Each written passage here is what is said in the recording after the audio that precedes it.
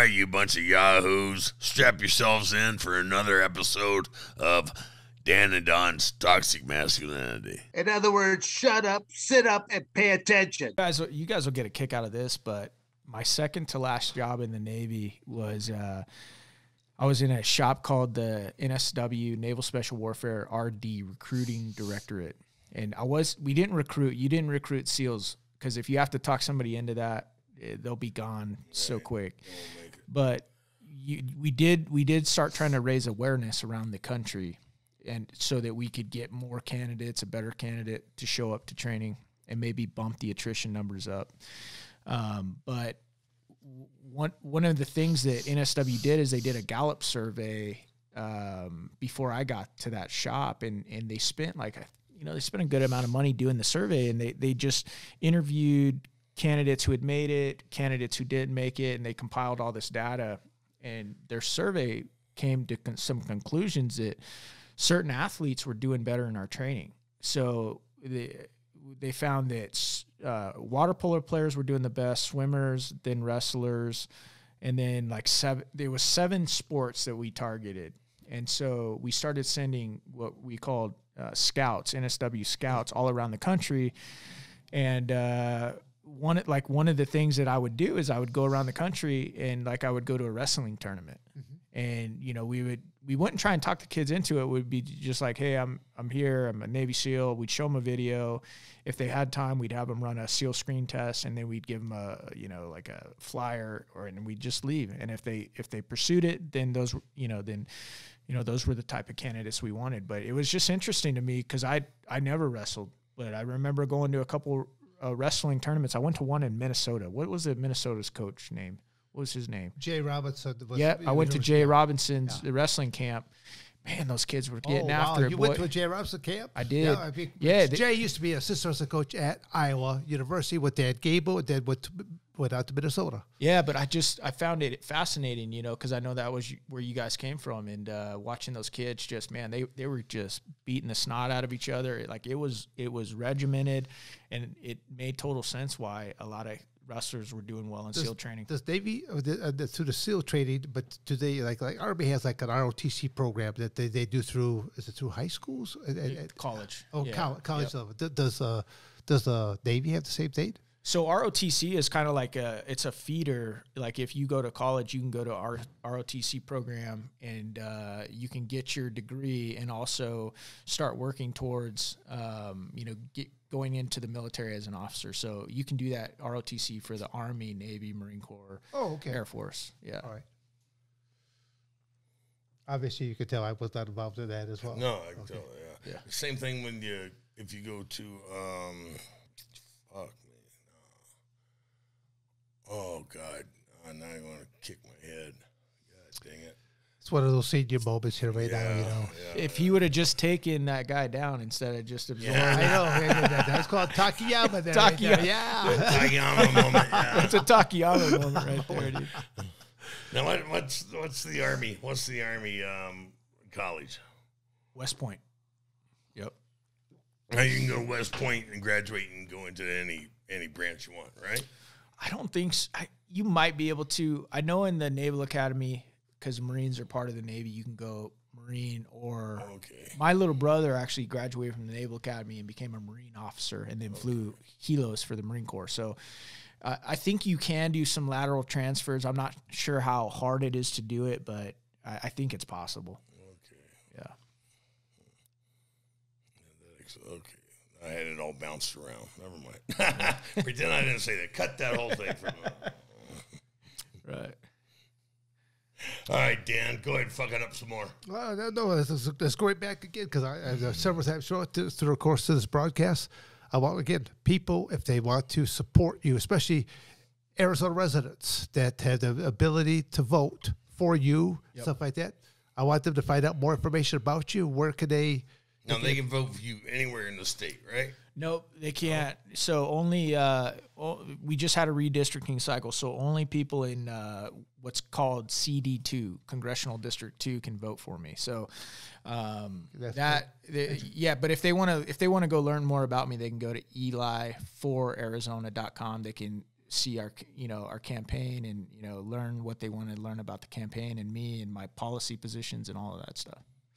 Okay, great. Well, I mean, how much of aggressively do you have to go out and be at all these different places within in that greater community? I mean, did you have to go someplace practically every day or every weekend or? Yeah, I would say it's probably 3 to 4 events a week. Like yesterday I was up in Payson, Arizona.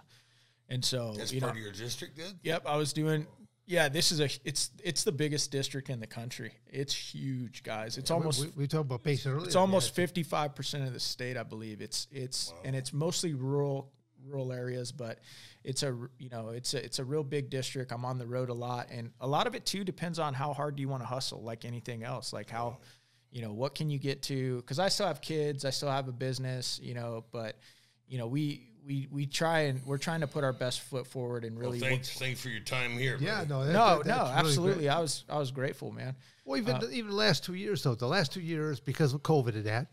It showed you how important Zoom meetings are, and how you can address a lot more people through Zoom. Do you do a lot of Zoom meetings on top of that? We've done one Zoom call with just supporters and stuff like that. But a lot of what we've done is face to face, and then just getting out to events. Typically, when Republican groups get together, a lot of times they'll invite a speaker or a candidate to come. We go to those all the time, and sometimes they'll give you 10 minutes to talk about your campaign, what you're all about, what your history is, and stuff like that. So, we're doing everything that we can to get our name out there so that when people show up to the ballot box, they know who Eli Crane is, and maybe they'll cast a vote for us. Now, when they donate, does it have to be a check? Could it be cash? Could it be help? So, yeah, the checks, because there's a lot of campaign finance law, so they want to be able to trace the money. So it's got to be either a check, or the easiest way to do it is actually you can do it online. So that's the easiest way to do it. I know a lot of people are skeptical of the online payment and stuff, but that money does come to us, and if you go to our website, and so it's unfortunate, Dan. You were talking about this a second ago that it is such a big deal, but especially in a geographical district the size that we have. The only way I can go to as many meetings as I want, but at the end of the day, it's going to come down to me being able to raise the money so that I can run the television ads, run the digital ads, send out mailers to people's mailbox so that they show up to, a polling site and actually know who Eli Crane is, what his platform is, and why I might vote for him. And so it is expensive to do all that stuff. And so that's why candidates are always trying to fundraise. Yeah, no, I get. That's why I get it. I just wish. I know. I understand. Term limits, but that ceilings, because I just look at the gross millions and millions of dollars that are wasted. Yeah, and it is too. It's because of the system. It does oftentimes. It's not always a fair playing field. You could have a candidate that's actually a better candidate that has but people just don't know about policies him because he's not closer to you, where you're at, and you're not going to know about him because he can't get out there and And I've heard other people complain about it and say, hey, it boils down to a popularity contest. I think there is something to be said for that, and some truth in that. I'm just playing the game in front of me. I know what the rules are. I know what I have to do, and I'm just gonna try and play the game the best I can so that at the end of the day I can get a seat, get a vote, make a difference, and hopefully help turn this thing back around. All right, so you're America First. Yes, sir. All right, give us your top 5 positions since we're running out of time here. Right. So, first of all, Please. like I said, election the Navy SEAL. election integrity is my number one thing, because I just see that as, I look at this as what kills us first. If we don't get our election straightened out, to me, we the people will never elect our candidates ever again, because unfortunately there is the intent out there. There are people that care so much. They're willing to do anything for power. I'll right there. Okay. You said that line there several times. We the people. That is the very first line of the American Constitution. Yep. And that's why I want our listeners to understand that it's not us and y'all's. It starts off, we the people. Yeah. And a lot of people don't understand that.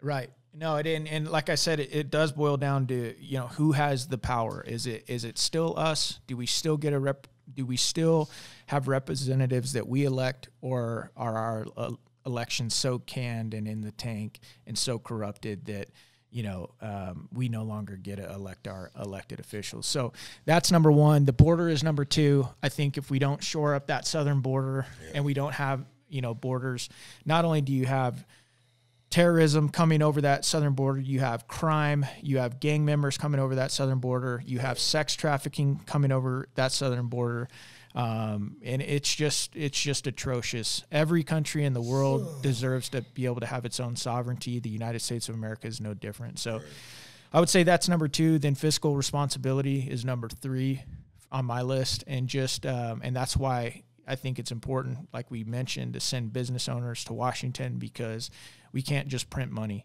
We're used to having to spend the money that we have, and clearly Washington and our congressmen and women, our senators, and even the executive branch, have no fiscal responsibility. There's no accountability, and that's why we're over $30 trillion in debt, and that just keeps ticking higher and higher and higher with no plan to pay for it at all. Interest rate alone, just going to keep it, escalate it out of reach. Yeah, no, absolutely. And then I'm also, I'm pretty big on China. I think that a lot of people have been sleeping on China. I think we need to be very tough on China. And I also think that we need to, I love what President Trump was doing, being tough with China and leveling tariffs, even though that has, it definitely, there's good things to it. There's also some tough things about it, and that it does affect our economy. Sometimes it does affect some business owners. I was one of them.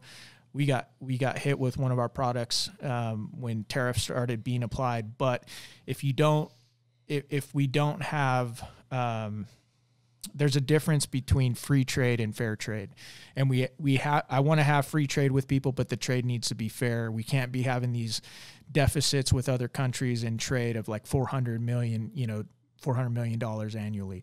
We have to make sure that not only do we have free trade, but the trade needs to be fair as well. And so, those are a couple of the key issues that, I want to work on. I also want to do anything and everything I can to keep this radical leftist, communist, Marxist agenda, away from our kids, academia, and our other big institutions. How we go about doing that, we're going to have to be creative. But those are definitely some of the things that I'm most fired up about and want to address if I get the opportunity.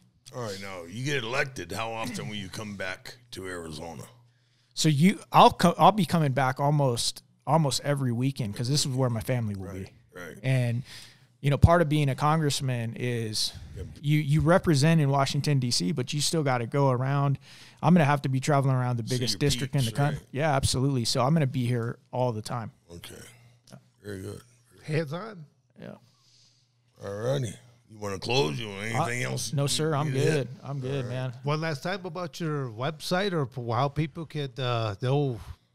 Yep, it's just elifораrizona.com if you guys want to come check it out, and we appreciate it. But I appreciate you guys, and just entertaining me when I was a kid, and also encouraging me to go do something awesome. I think it's fantastic. And I'm going to say this too, and because you guys, if you don't hear it enough, I want you to hear it from me. I appreciate the fact that you guys are still engaged. I've said it once. I wanted to say it again. Too many guys like you that others look up to check out. They just check out, and it's all about me, my life, my retirement. I've done my time, but we need older guys that have been there, done that people look up to, that don't check out and continue to impart wisdom and experience to the rest of us. You said something earlier. I think Don asked you a question there, and it came out to, what do you want to be remembered for? Yeah, legacy. All right. So again, your legacy. So that's where we're just trying to make a difference. Yep. Our whole thing is, make people think and making a difference. Whatever it is. I mean, it's like the teaching aid. I enjoy doing the teaching aid, and I'm involved in a lot of kinds of different sectors. But it's all boils down to being able to connect with people, no matter what the subject matter is. But making that difference, and that's what we're trying to do here on this podcast. Because when people first were hearing that, that Don and I are doing a podcast, I think we're just going to talk about the fighting game. I'm sure we'll talk about certain aspects of it, but it's kind of going, we're two true Americans. Yeah. And we simply, we've seen what has changed already in our lifetimes right now, and some stuff for the good, a lot of stuff not for the good. So we're just trying to make people aware, but then, there's all kinds of other aspects that we want to bring into it. We don't want to be known as a one-trick pony, just only this one industry. Be a little bit of a variety show. We'll get do a lot of different things, but we're big time about being Americans and being all about America, because this is the greatest country in the world. Yeah, I hear you. Well, this sure as hell isn't a beauty contest going on. You hear that? Can you play that quiz? I wasn't talking about Quinn, man. I wasn't talking about Quinn. All right. Not the beautiful Quinn over All there. right. Well, I think that concludes another episode of Toxic Masculinity. Hopefully you were entertained. If some of you thought that we stepped over the line, well, Too bad. that is our prerogative. There you go. And, some of you just need to put on your man pants. And maybe you just, have to deal with the two guys here that simply identified as old white men that identify as true Americans with the can-do spirit. So, and there you have it. Ta-da. Ta-da. Thank you, sir. Thank you, fellas. Thank you for watching another episode of Dan and Don's Toxic Masculinity. You better like, subscribe, and share, or I'm going to come to your house.